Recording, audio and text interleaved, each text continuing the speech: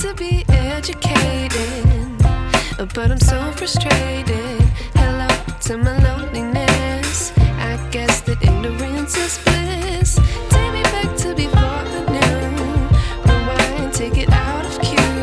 Innocence can be a young man's game. Signed up for the hall of shame. I wish I knew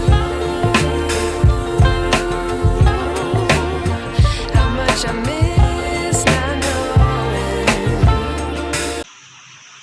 hello everyone, good morning, welcome back to our new blog. कैसे हैं आप सब लोग? I hope आप सब भी ठीक होंगे। और અત્યારે અમે લોકો જ બંને જ ઘરે છીએ, હું અને સાસુ બેબી, કેમ કે બધા પોતપોતાના કામે ગયા છે। મમ્મી અને પપ્પા ગયા છે બંને અમદાવાદ 2 દિવસ થયા ખરખરાના કામે, અને મની અને ગૌરવભાઈ ગયા છે પોતપોતાના કામે। તો જોઈએ હવે અમે શું કરી છીએ, એના માટે મેં અત્યારે વઘાર્યા છે ભાત, અને મને તો કંઈ ખાવાની ઈચ્છા નથી। અત્યારે વાગ્યા છે 12:15 વાગવામાં આવ્યા છે, તો જોઈ હવે શું કરીએ। હા જો હાઈ કરે, હાઈ કરો તો જો, વાહ ભાઈ વાહ, વાહ ભાઈ વાહ, હાઈ કર તો, થેન્ક યુ બબુ।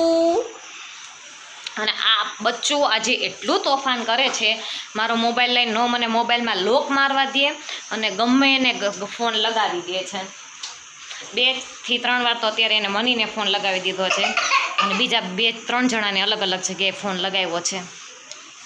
ખબર નહીં, મને તો ખબર જ નહોતી, પણ જ્યારે મેં કોલ લિસ્ટ ચેક કર્યું ને ત્યારે મને ખબર પડી।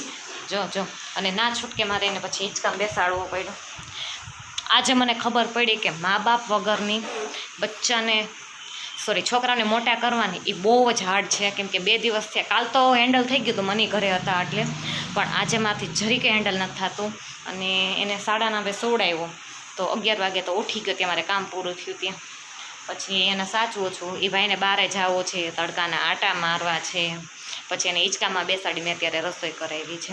એટલે બા દાદાને તો અમે બંને વધારે મિસ કરીએ છીએ, કેમ કે બા દાદા હોય તો એને બહાર લઈ જાય અને મારે પણ કામ પતી જાય શાંતિથી, પણ મારે કામ કરતાં કરતાં પણ રાખવો પડે, હે ને? હા, વી મિસ યુ બા દાદા, કે તો કાના, વી મિસ યુ બા દાદા, વી મિસ યુ બા દાદા, હે ને? બા દાદાને મિસ કરસ ને, હે? યસ। જે લોકો એકલા રહેતા હશે, પતિ પત્ની અને મા બાપ વગરની જિંદગી એ લોકો કેમ કાઢતા હશે, છોકરાઓને કેમ મોટા કરતા હશે, આજે મને ખબર પડી। એટલે જોઈન્ટ ફેમિલીમાં રહેવાથી જ ફાયદો છે કે છોકરા કેમ મોટા થઈ જાય ને, એનું 1 વર્ષ કેમ વહી ગયું ને એ મને ખ્યાલ જ નથી। જો એને રોવું કેમ આવે, જો એને હું વિડીયો ચાલુ કરું એટલે મોબાઈલ જોઈને કાં પછી એના અટેન્શન જોઈ કે તું મારો પણ વિડીયો લે, એને હા જો આ પડે, જો એને બા દાદાને મિસ કરસ તું, હે? બા દાદાને મિસ કરસ કાનું? બાબા ગયા, ક્યાં ગયા બા દાદા? બાબા ગયા, કે તો વી મિસ યુ બા દાદા, વી મિસ યુ બા દાદા, બાબા બા દાદા દાદા। હા, બા દાદાને મિસ વધારે પડતા કરે છે, કેમ કે પપ્પા હોય ને તો એને એટલું હેન્ડલ કરી લે, કામ ન હોય ને તો એને સતત દુકાનમાં રમાયડા કરે, અથવા તો બપોર પછી એને બહાર લઈ જાય। તો કાલના ભાઈ મૂંઝાણા છે, કેમ કે કાલ લોકો એને બહાર નથી લઈ ગયો, અમારે બંનેને, મારે ને મનીને એક વર્ક કરી છે, તો અમારે બંને કામ હોય એટલે આજે તો મારે જરીકે નથી, કેમ કે એને સાચવવાનું છું, જો એને રોવા આવે, કેમ કે એની સાથે વાત કરીને તો જ એને મજા આવે। આમાં બંધાયેલું તો જરીકે નથી ગમતું। અને એક વાત કે એને મોબાઈલ જોઈએ, એ મોબાઈલમાં વિડીયો કે એવું કંઈ નથી જોતો, પણ મોબાઈલ તો એને જોઈએ જ, હે ને? કાને રાખીને હેલો એ હા હું કર્યા કરે, જો મોબાઈલમાં લોક ન માર્યો હોય તો ગમે એને ફોન લાગી જાય, એને એક જ વસ્તુ ખોલે, કોને કોલ કરો,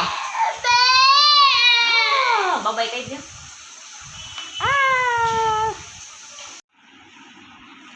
અમે 2 માં દીકરો ખાઈ પીને થઈ ગયા છીએ ફ્રી, હે ને? કાનું એ ખાધા છે વઘારેલા ભાત, ફરી આવ્યો, મામાની ઘરે જઈ આવ્યો, અને પાછા અમે હતા એ જ પોઝિશનમાં બંને આવી ગયા, કેમ કે એને સુવાનો ટાઈમ છે 2:30 વાગ્યાનો, તો ત્યાં સુધી અમે બંને હિંચકામાં એન્જોય કરશું, કેમ કે બહાર બહુ વધારે પડતો તડકો છે, તો એ બહાર તો જઈ ન શકે, હે ને? સોનુ આંટી પાસે જઈ આવ્યો, હે ને? અને અત્યારે એને હિંચકામાં બેસવાનો બહુ હાલ આવે છે, અને મેં 2 દિવસથી માથામાં મને દાંતીઓ ફેરવવાનો પણ જરીકે ટાઈમ નથી રહ્યો, કા એટલો હેરાન પરેશાન છે, દાંત કાઢી એને દિવસમાં 3 થી 4 વાર જે દાંતિયો ફેરવવા મળતો, અત્યારે એક વારે પણ ટાઈમ નથી રહેતો દાંતિયો ફેરવવાનો. એને બચ્ચે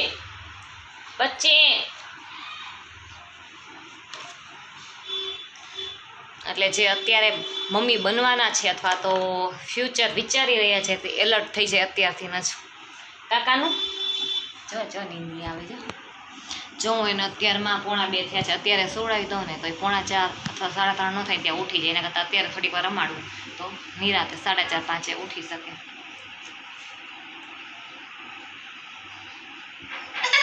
જો કસ્ટમર આવ્યા, customer.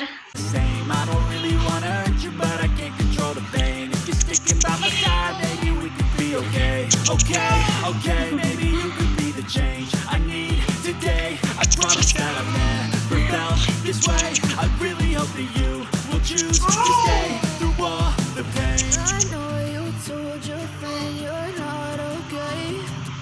Tell me what's wrong.